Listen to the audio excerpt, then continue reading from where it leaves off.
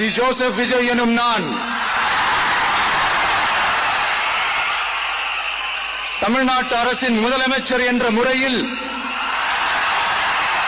எனது கவனத்திற்குள்ளாவதும் தெரிய வருவதுமான எந்த பொருளையும் முதலமைச்சரின் கடமைகளை உரியவாறு நிறைவேற்ற தேவையான அளவுக்கன்றி ஒருவரிடமோ பலரிடமோ நேர்முகமாகவோ மறைமுகமாகவோ அறிவிக்கவோ வெளிப்படுத்தவோ மாட்டேன் என்று ஆண்டவன் மீது ஆணையிட்டு உறுதிமொழிகிறேன்.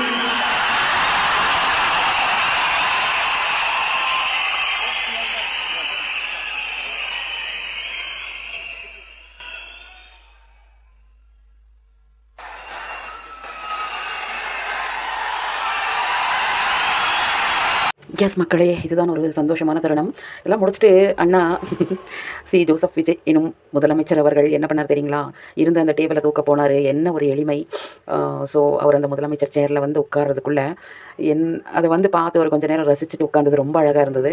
அதுக்கப்புறமானதெல்லாம் வெறும் ரொம்ப அவர் எதிர்பார்த்த ஒரு விஷயம், அவருடைய கனவு லட்சியம் எல்லாத்தையுமே அந்த ஒரு நிமிஷம் அவர் உணர்ந்து அந்த கோப்புகளில் சைன் போட்டிருப்பார். ரொம்ப பெருமிதமாக இருந்தது அவர் அந்த மாதிரி கெத்த பார்க்க. இதுக்காக தான் அவர் அந்த அளவுக்கு உழைச்சார். அந்த அளவுக்கு தொண்டர்களாகட்டும், அவருடைய சப்போர்ட்டர்ஸ் ஆகட்டும், ஆன்லைனில் அவருக்காக கேம்பெயின் பண்ண எங்களை மாதிரி நிறைய பேர் நிறைய வாங்கி கட்டிக்கிட்டோம். இனிமேல் வாங்கி கட்டிக்கிட்டு தான் இருப்போம். ஸோ ரொம்ப பெருமையாக இருக்குங்க. அண்ணா எதை சொல்கிறாரு கேளுங்க. அவர் எனக்கு எப்படி தோணுச்சுன்னா, அவர் என்னமோ ஒரு மாதிரி அவர் லைஃப்லேயே வந்து அச்சீவ் பண்ணிட்டா போதுண்டா சாமி, இது மக்களுக்காக நான் வந்துட்டேன், நீ மக்களுக்காக உழைச்சி மக்களுக்காகவே இருப்பேன் கடைசி மூச்சு வரைக்கும்னு சொல்லி அவர் நினச்சி வந்தது நிறைவேறிடுச்சு அப்படிங்கிற ஒரு மன நிம்மதி அவருக்கு இருந்தது. மேற்கொண்டு அண்ணா பேச்சும் நல்லா இருந்தது, கேளுங்க. உங்களுக்காக நன்றி கடன் செலுத்துறதுக்காக அரசியலுக்கு வந்த உங்க விஜய, இந்த விஜய, நீ வா விஜய், நாங்களா இருக்கோம், பாத்துக்கிறோம்.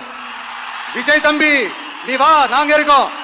விஜய் தம்பி நீ வா, நாங்க இருக்கோம். அண்ணா நீ வாடா, நாங்களா இருக்கோம். நண்பா நீ வா நண்பா, நாங்களா இருக்கோம்னு சொல்லி அவ்வளவு அன்பா, அவ்வளவு உறவா என்ன ஏத்துக்கிட்டீங்க.